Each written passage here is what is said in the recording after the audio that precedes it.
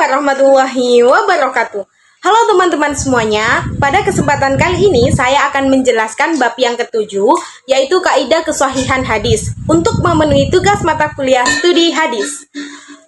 Kalian pernah nggak sih dengar kata-kata tentang ilmu hadis, tepatnya bagaimana para ulama memastikan sebuah hadis itu benar-benar sahih?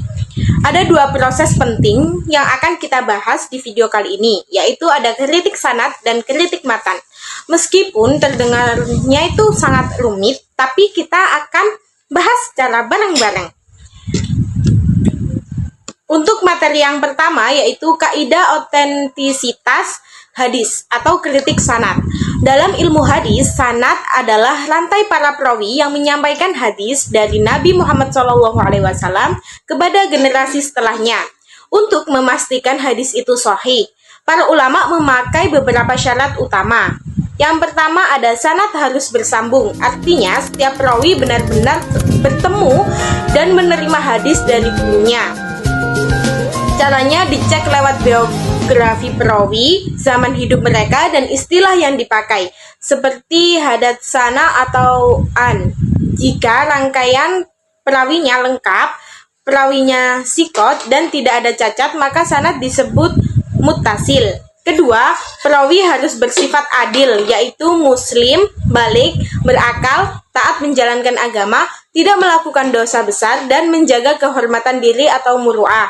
Yang ketiga, ada perawi juga harus didabit, yaitu kuat hafalan atau teliti menjaga catatannya. Ada dua jenis dabit, yaitu hafalan yang kuat atau dobit zar, dan catatan hadis yang terjaga baik atau dabit kitab.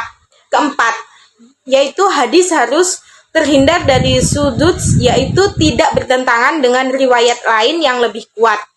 Dan yang terakhir, hadis juga harus bebas dari i'lat, yaitu cacat tersembunyi yang hanya bisa diketahui oleh para ahli. Sebagai contoh, jalur periwayatannya Imam Al-Nasai hingga sahabat Abdullah bin Umar dinilai sangat kuat karena sanadnya bersambung dan para perawinya terpercaya. Yang kedua, ada kaidah validitas hadis atau kritik matan. Kalau tadi menilai sanadnya, sekarang kita masuk ke bagian matan, yaitu isi atau teks hadis. Kritik matan digunakan untuk melihat apakah isi hadis itu benar-benar sesuai dengan ajaran Nabi. Pertama, matan harus terhindar dari syadz, yaitu kejanggalan pada isi hadis. Ini dicek dengan cara membandingkan matan satu dengan matan lainnya pada tema yang sama. Jika ada isi hadis yang berbeda dari mayoritas riwayat yang lebih kuat, maka dianggap syadz. Beberapa ulama seperti Al-Adlabi menambahkan 4 standar penting.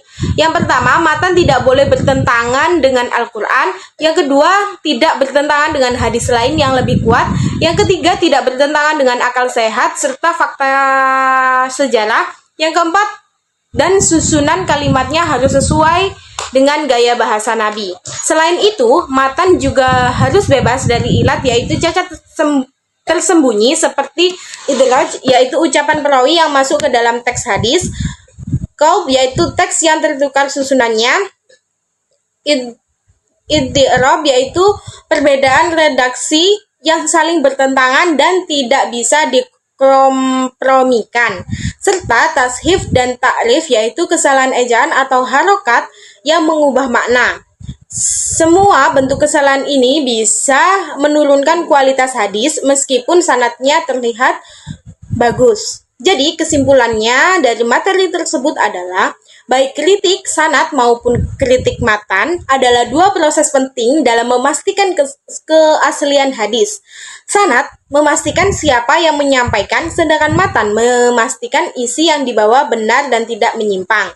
Dengan kaidah-kaidah yang sangat ketat, inilah para ulama menjaga agar sabda Nabi tetap terpelihara sepanjang masa. Sekian yang bisa dapat saya sampaikan.